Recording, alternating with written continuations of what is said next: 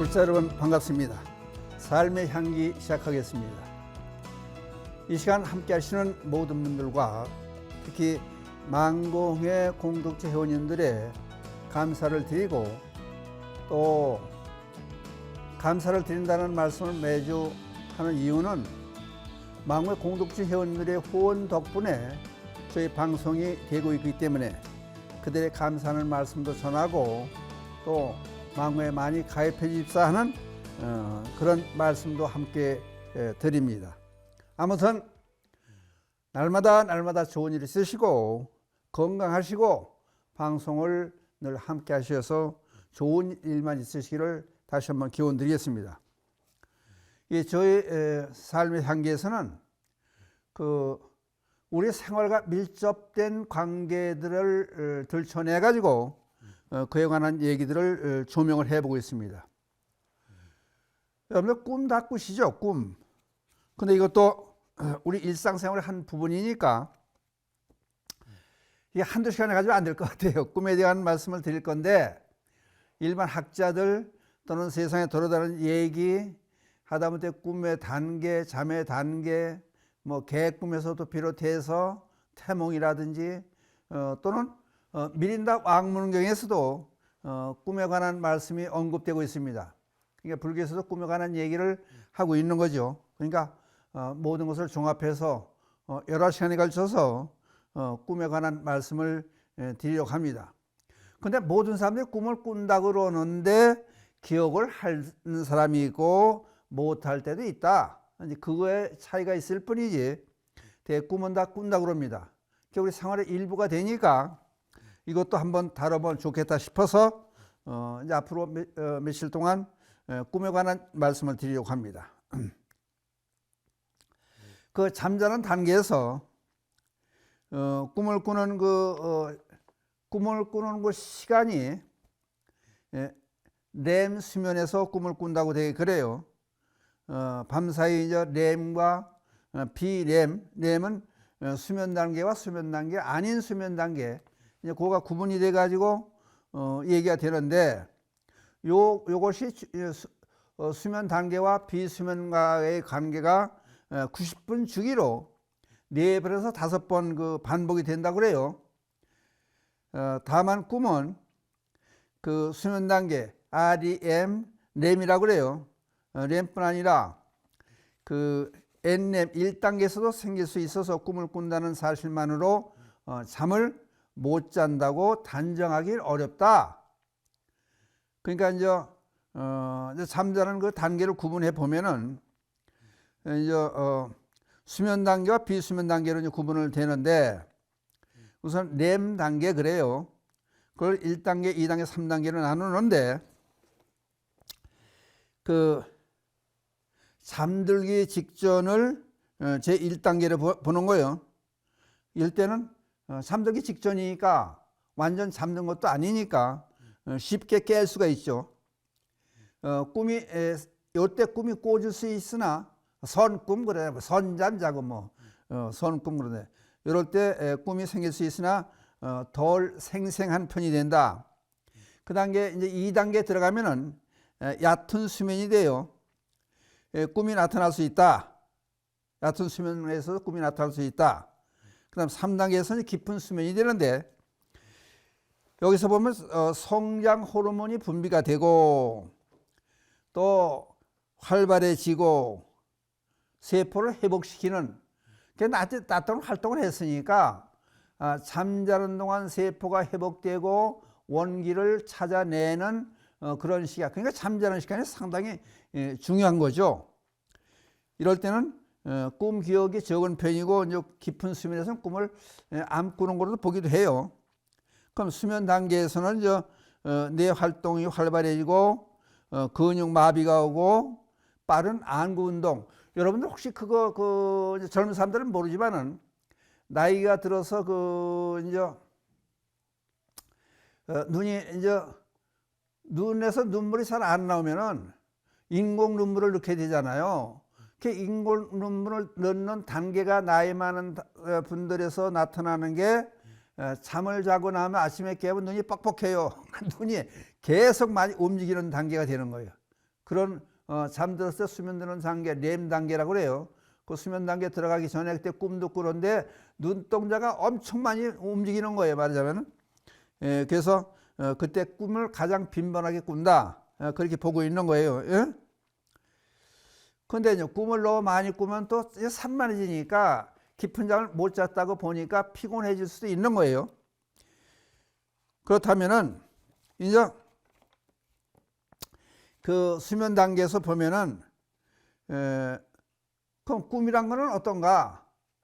렘 수면 단계에서 꿈을 꾸게 되는데 정신 건강에 아주 중요한 역할을 한다고 보는 거예요. 그 우리는 꿈을 통해서 어떤 일들이 벌어지느냐, 어떤 이득이 되느냐, 어떤 영향을 받느냐, 이것을 보면은 일상의 스트레스를 해소한다. 꿈속에서 꿈을 꾸기 때문에. 그 다음에 감정을 처리한다. 그 다음 꿈속에서 창의성을 키운다. 그 다음 기억을 정리하고 강화시킨다.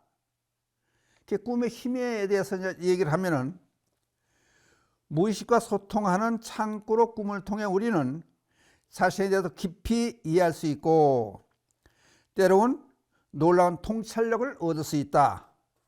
꿈을 통해서 우리 내면에 숨겨진 보물을 발견할 수 있다. 그렇게까지 진단을 하고 있습니다.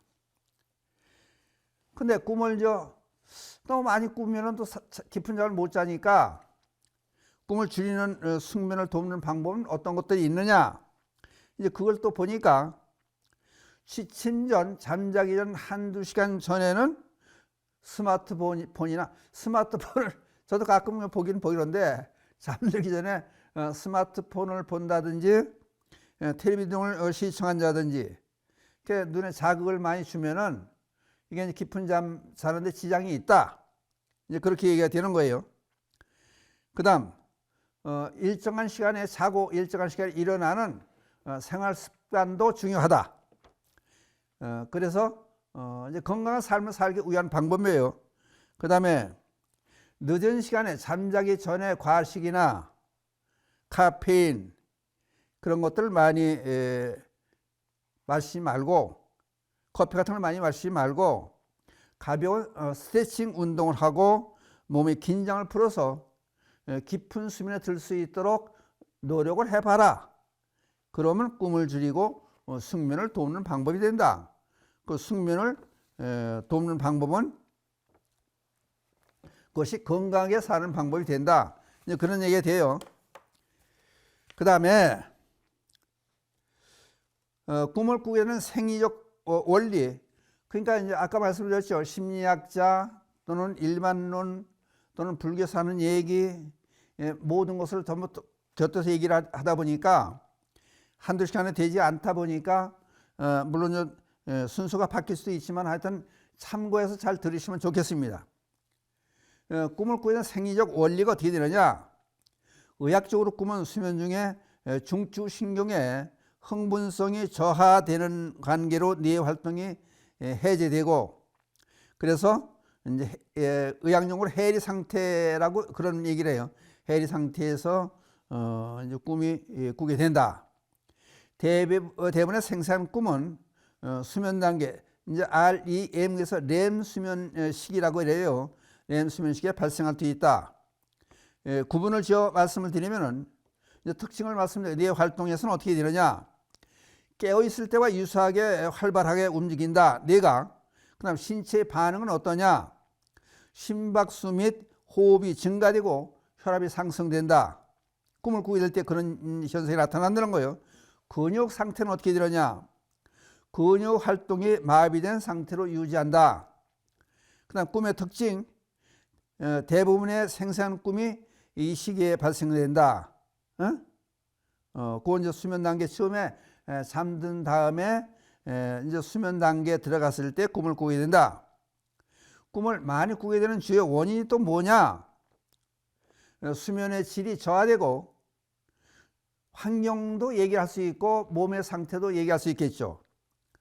그 다음 수면장애면 질환이 있다든지 또는 불면증이 있다든지 그 수면 무호흡증이 있다든지. 근데 호흡이 상당히 중요해요.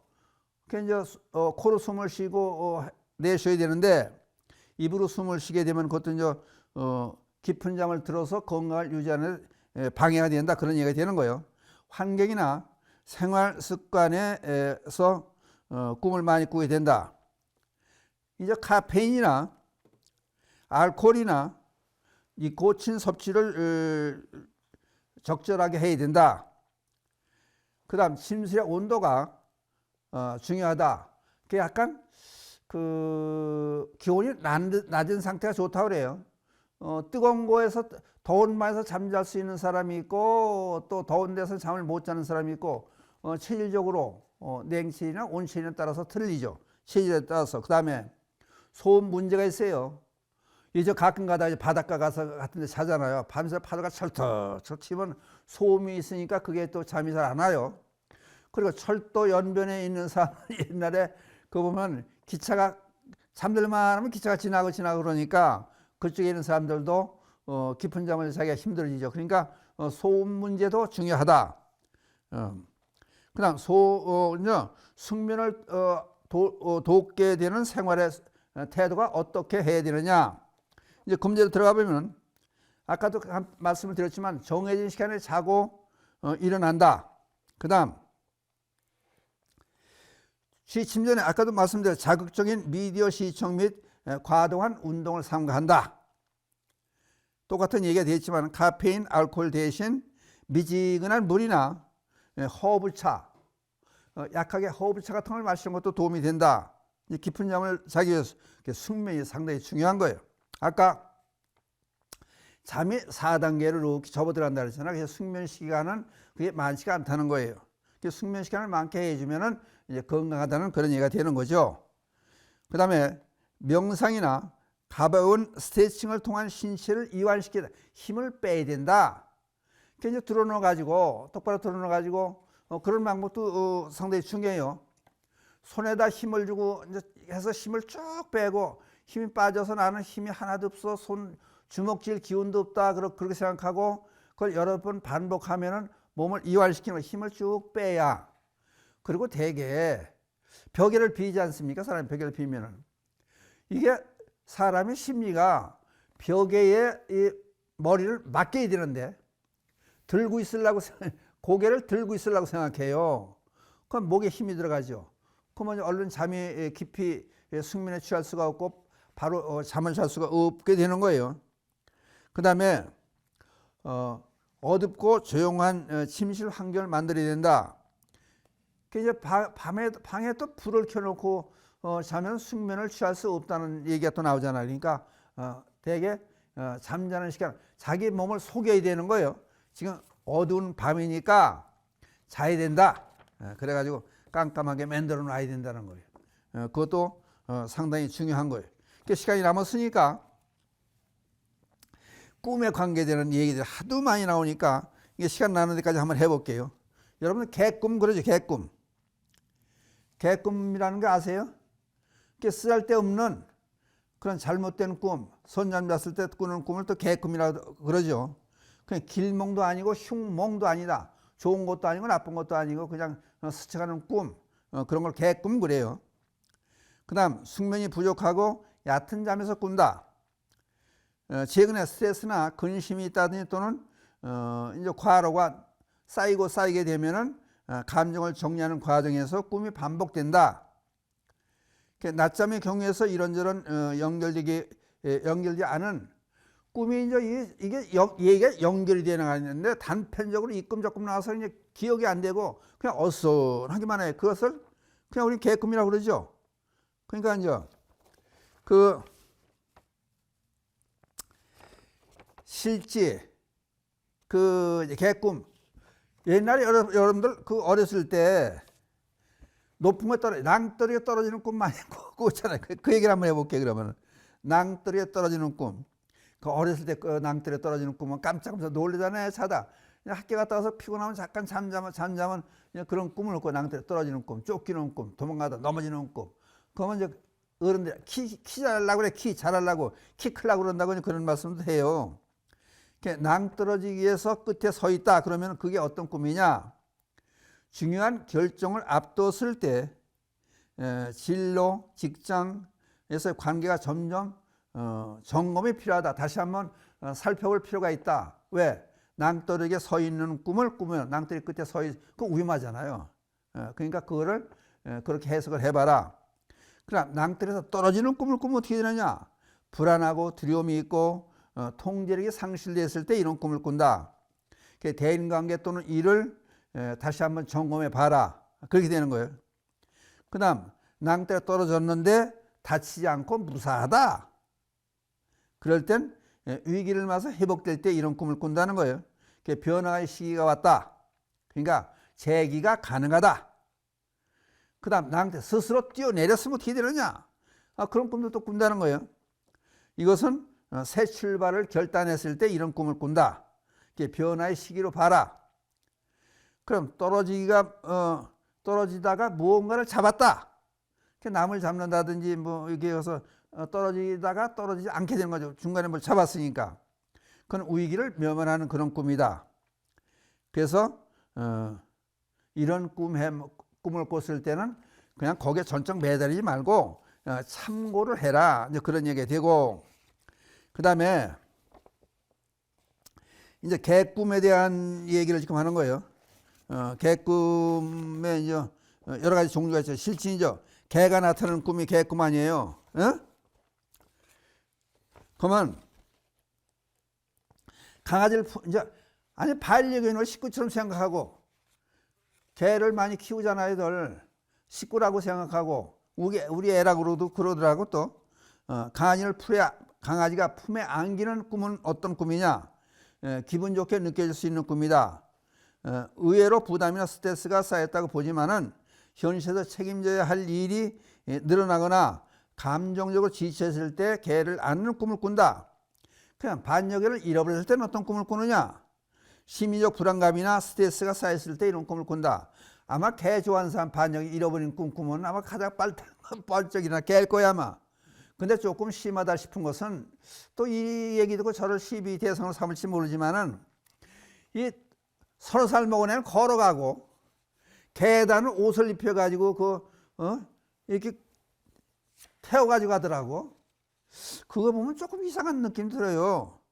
그러니까 개를 더 자식보다 우애하는 그런 가정들도 있더라고. 실제 보니까. 그 다음 검은 개가 따라온다. 꿈에. 그러면 귀인, 자기를 도울 수 있는 사람을 만나는 꿈이다. 실제 개가 꿈에 나타나는 사항들 이것저것 지금 살펴보는 거예요. 그 다음 하얀 강아지가 집 안으로 들어왔다. 그럼 좋은 소식이 온다는 거예요. 그 다음 강아지한테 물리는 꿈. 이런 꿈도 있겠죠. 실제도 뭐 이렇게 이제 애교 떠서 물기도 하지만 실제 무는 경우도 있잖아요. 이건 가까운 사람과의 갈등이 있다. 또는 스트레스가 쌓였다는 증거가 된다. 그 다음에 새끼 강아지를 돌본다. 그럼 새로운 일을 맞이하게 되고 바빠질 가능성이 높다. 그 다음 개가 말을 듣지 않고 도망을 가더라. 답답함의 증거로 본다. 그러니까 일이 잘 풀리지 않을 것이다. 그렇게 또 해석을 해요. 그 다음에 산책하는 중에 이제 개를 끌고 산책하는 중에 목줄이 끊어지는 꿈을 꾼다. 개 목줄이 꿈으로 도망가겠죠. 그랬을 때는 이사 가거든지 직장에 변화가 있다든지 생활에 달라질 징조가 있다. 이제 개 꿈에 진짜 개가 나타나는 꿈을 좀 소개해 드리는 거예요. 개를 하도 좋아하다 보니까 꿈에도 나타나기가 많은 경우가 많으니까 이런 얘기가 나오는 거예요. 그다음 개가 꼬리를 흔들면서 자기를 따라온다. 그땐 길몽으로 보고 좋은 꿈으로 보고 반가운 소식이 있을 징조가 된다. 그렇게 봐요. 그 다음 집을 나갔던 개가 다시 들어온다. 그 마음이 정리되어가는 징조로 본다. 그거예요. 그 다음 비 오는 길에서 개를 안고 간다. 그래서 이제 비 올 때도 개 비 안 맞히려고 안고 우산 쓰고 이제 자기는 뭐 겨드랑이 쪽에 비를 맞더라 개는 안 맞히려고 또 그러잖아요. 조금 과잉 보호도 같지만 아무튼 간에 비 오는 길에서 개를 안고 갔다. 그런 꿈을 꿨다. 그러면 지쳐 있거나 감정 소모가 많을 때 이런 꿈을 꾼다. 그 다음에 새끼를 낳는 장면을 꿈으로 꿨다. 이럴 때는 재물이 들어온다. 또는 새로운 일이 풀린다. 그렇게 보는 거예요. 그 다음에 큰 개가 자기를 지켜주는 꿈을 꿨더라. 그럼 주변에서 도와주는 사람이 생기거나 일이 안정되어 간다. 대개 이제 꿈하고 좋게 비슷하게 흐르는 그런 면이 있어요. 개가 반려견이 아픈 모습을 봤다. 그럼 스트레스가 쌓여 있다는 징조다. 그 다음 낯선 개들이 자기한테 몰려오더라. 그럼 새로운 모임 또는 주변 상황이 바뀔 수 있는 그런 징조로 봐라. 실제 개가 꿈에 나타나서 있는 꿈, 진짜 개꿈과 가짜 개꿈에 대한 말씀을 드렸습니다. 마치겠습니다.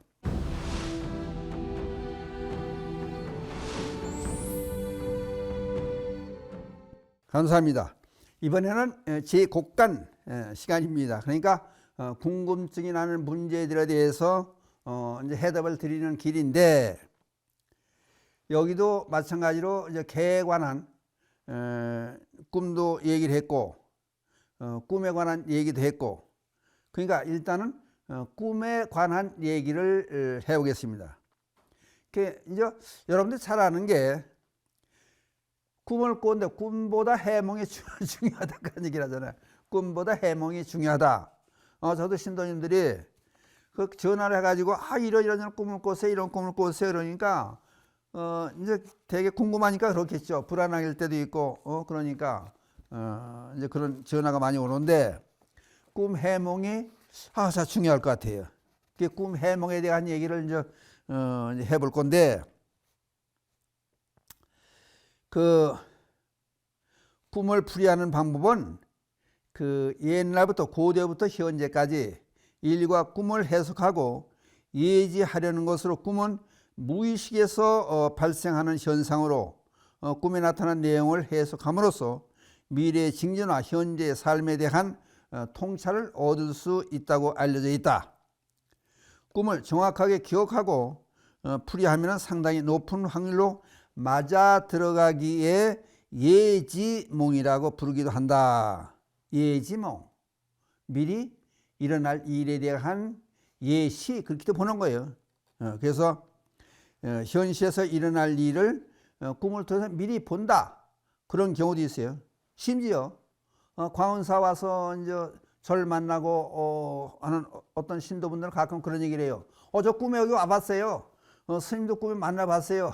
그거 참 신비한 면도 참 많이 있어요. 우리 인생사라고 하는 것은 이게 참 미묘한 거예요.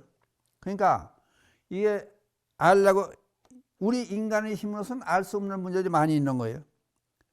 그럼 꿈 해몽에 대해서는 다시 얘기를 하면, 꿈속에 나타난 상징과 이미지, 상황들을 해석해서 이제 꿈에 암시하는 것을 찾아내려고 우리 노력하는데, 이를 일상생활이나 미래에 연관짓기 위해서 행해지는 행위다, 그렇게 보는 거예요. 그러니까 미래가 궁금하니까 꿈을 꾸면 연관을 지어보는 거예요. 꿈이 상징적 요소를 분석해 나가다 보면 어떤 메시지나 경고 또는 잠재되는 감정을 드러내는 경우가 있게 된다. 예를 들어서 돼지 꿈을 다 좋아하잖아요. 돼지가 나오는 꿈은 일반적으로 복권에 당첨됐다든지 재물이 들어오는 꿈이라든지, 고사 지낼 때 돼지 머리 놓고 고사 지내잖아요. 그러니까 우리의 뇌리에 그게 박혀 있는 거죠. 그러니까 돼지는 복을 상징하잖아요. 어떤 집에 가면 돼지가 여러 마리 있는 꿈을 또 그 그림을 그려 붙여놓고 있는 집도 있잖아요. 어떤 사람은 또 돼지 꿈도 좋다지만은 복권 얘기가 나왔으니까 대통령을 만나고 나서 그런 꿈을 꿨는데, 꿈에 대통령 만나고 나서 악수를 했다든지 만났다든지 그러고 나서 복권을 샀는데 당첨됐다. 그런 사람도 가끔 있더라고요. 그래서 꿈 해몽 풀이는 무의식을 이해하는 방법으로 그렇게 여겨지기도 하지만은 자기 자신에 대한 깊은 통찰을 제공한다. 꿈 해몽하는 풀이는 아까도 얘기했지만 꿈 해몽하는 이유가 뭐냐? 내일, 모레 일들, 앞으로 있을 일을 알지 못해 궁금하니까 그거를 연결해 보려고 하는, 꿈에 갖다 대고 연결하려고 보는 그런 심리가 있는 거예요. 불안감이나 고민을 해소하거나 자신의 삶에서 숨겨진 감정을 이해하고자 할 때 유용하게 사용이 되기도 한다. 또한 미래에 일어날 일들에 대해서 파악한다든지 준비하기 위해서 써먹는다. 여기 이제 학자들 얘기를 또 이제 같이 좀 곁들여 보면은 철학자 아리스토텔레스라든지 근대에 들어서는 프로이드와 칼 융 같은 심리학자들이 꿈을 무의식적의 창으로 보며 과학적 또는 심리학적으로 분석하는 접근 방법을 개발한다. 그러면 꿈 해몽에 무조건 허무맹랑한 거냐? 또 그건 아니라는 거예요. 맞을 때가 많다는 거예요.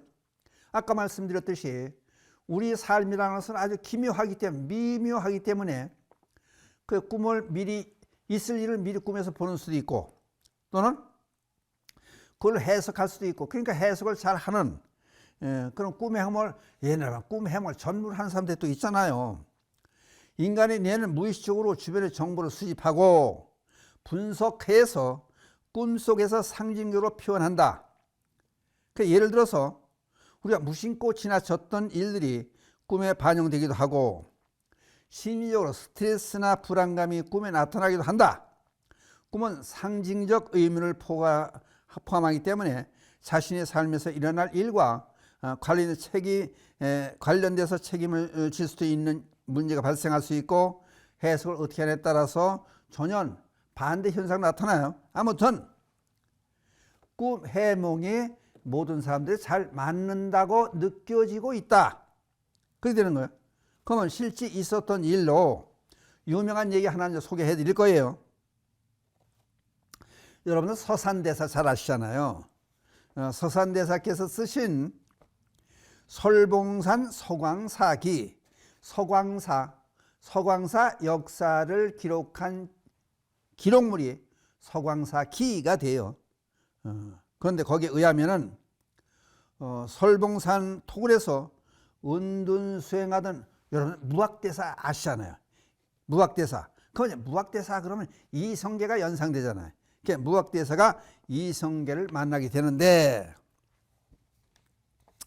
이때 무학대사께서는 솔잎을 먹고 칡으로 된 베옷을 짜 입고 그런 수행을 하고 있었는데 1384년, 때가 언제냐?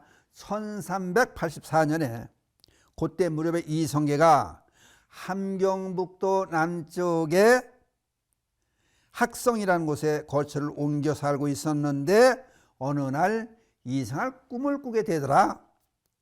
네? 이성계가 꿈을 꾸는 거예요. 무슨 꿈을 꾸느냐?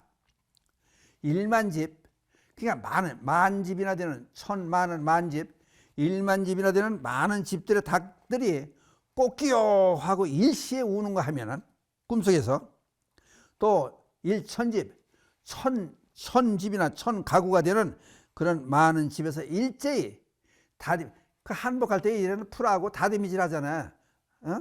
돌에다 그 나무 방망이 맨들고 또닥또닥 다듬이 소리가 들리는가 하면은 꿈에 낡은 집에서 석가래 3개를 지고 나왔고 꽃이 또 벼랑간에 지고 거울이 떨어져서 깨지는 소리가 또 요란하게 들리기도 하고, 아니 여러 가지 일을 한꺼번에 이상하게 꾼 거예요.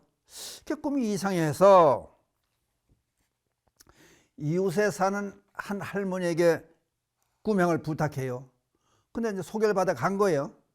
꿈 해몽을 잘한다고 하는 할머니를 소개받아서 찾아가서 물어요. 그랬더니 노파가 꿈 해몽하러 왔습니다. 그랬더니 노파가 저는 못하겠습니다. 왜 못하냐 하면은 아니 아낙네가 감히 대장부의 꿈을 어떻게 해석을 합니까? 저는 못합니다. 할 줄 아는데 겸손 떠는 게 아니고 할 줄 아는데 못한다고 이제 손을 흔들어요. 이것도 참고 한번 해볼 거예요.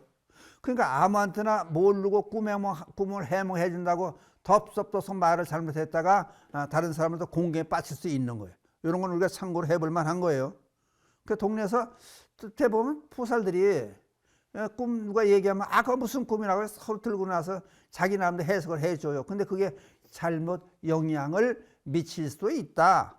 그러니까 요 소리를 잘 들어봐야 돼요. 안학내가 감히 대장부의 꿈을 어떻게 해석할 수 있겠습니까? 그러나 제가 소개는 해드릴 수 있습니다. 뭐냐면은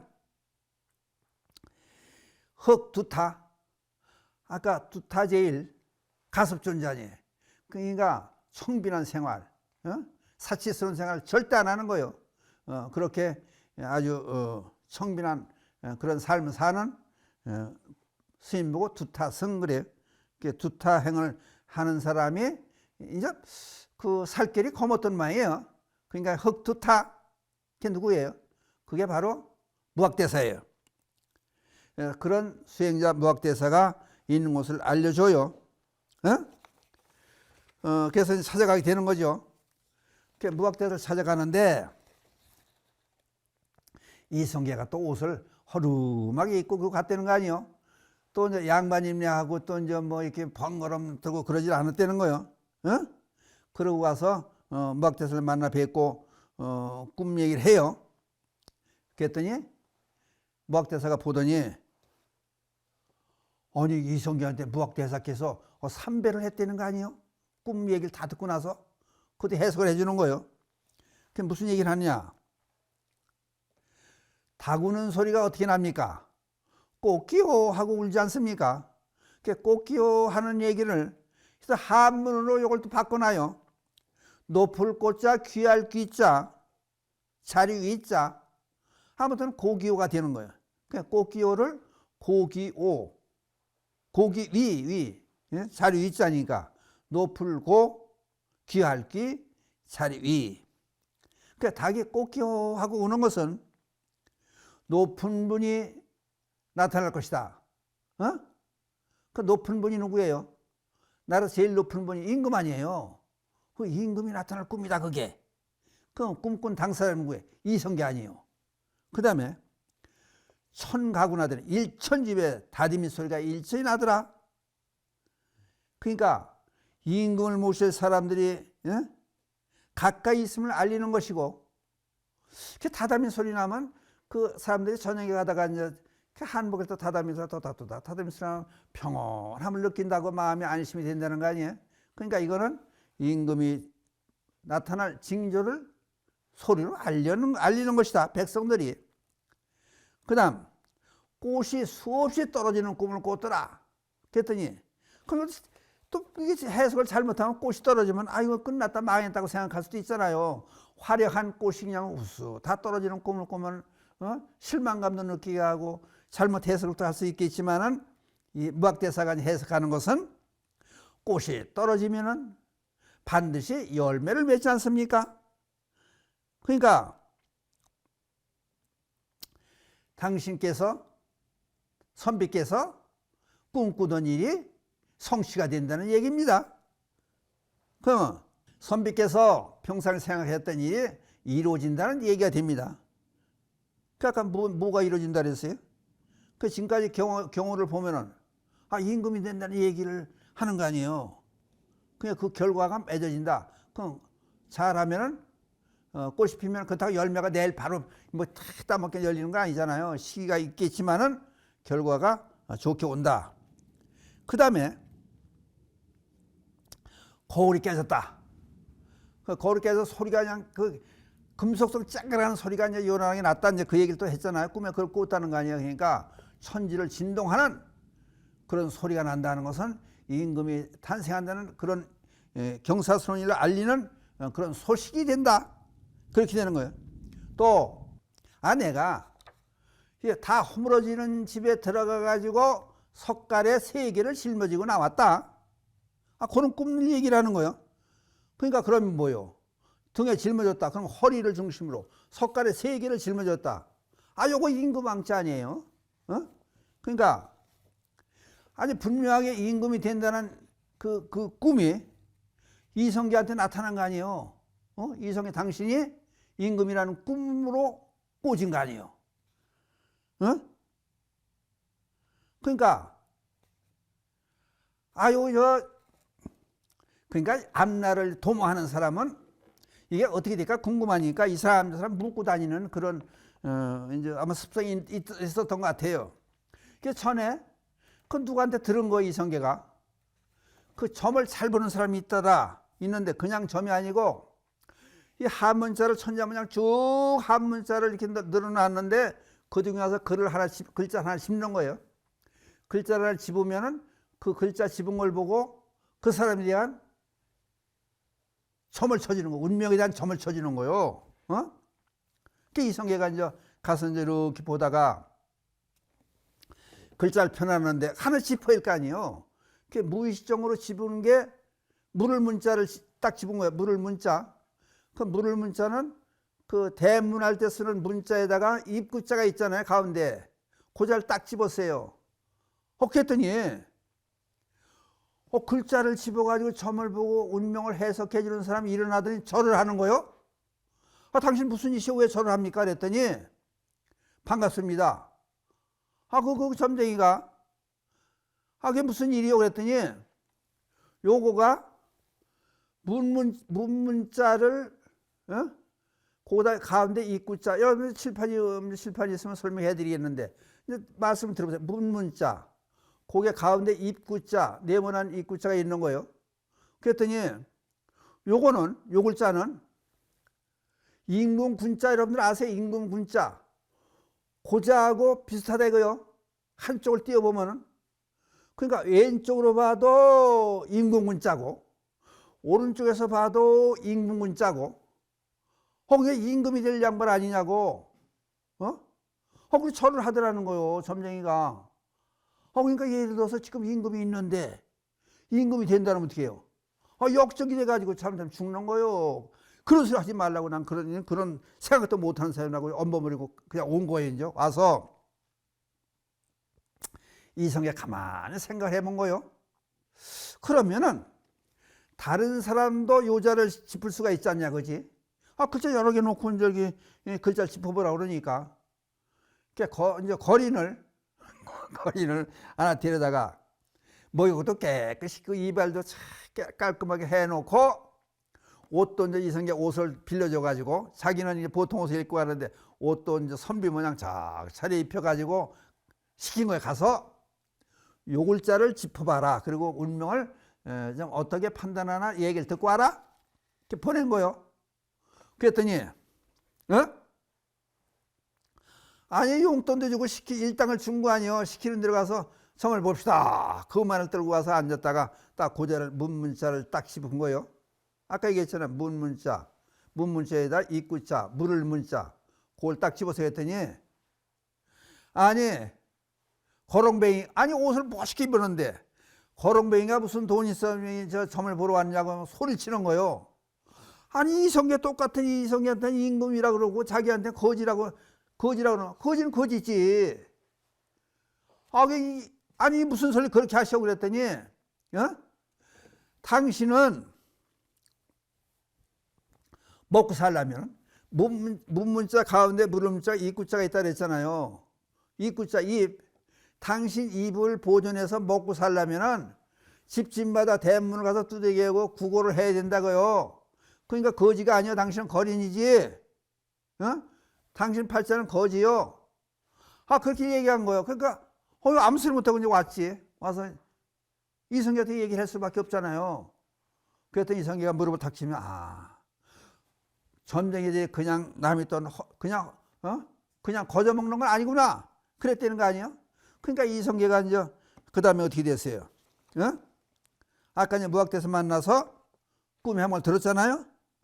그 해몽 후에 머물던 절의 이름을 석왕사. 이제 해석할 때 하는 석자에다가 임금왕자 절사자를 써서 석왕사라는 절을 만들어 놓잖아요. 그게 왜 만들어 놨느냐? 당신께서는 3년을 기한으로 해서 500성인, 500난을 모시고 500성인을 모시고 제를 드리고 불공을 열심히 해야 왕업을 이루는데 도움이 될 것이다. 그래서 이성계를 시켰다는 거 아니에요? 그게 어떻게 해서 이성계가 3년 동안 열심히 기도를 했다는 거 아니에요? 열심히 불공을 올렸다는 거 아니에요? 그래서 어떻게 된 거예요? 왕이 됐잖아. 그게 이태조 아니에요?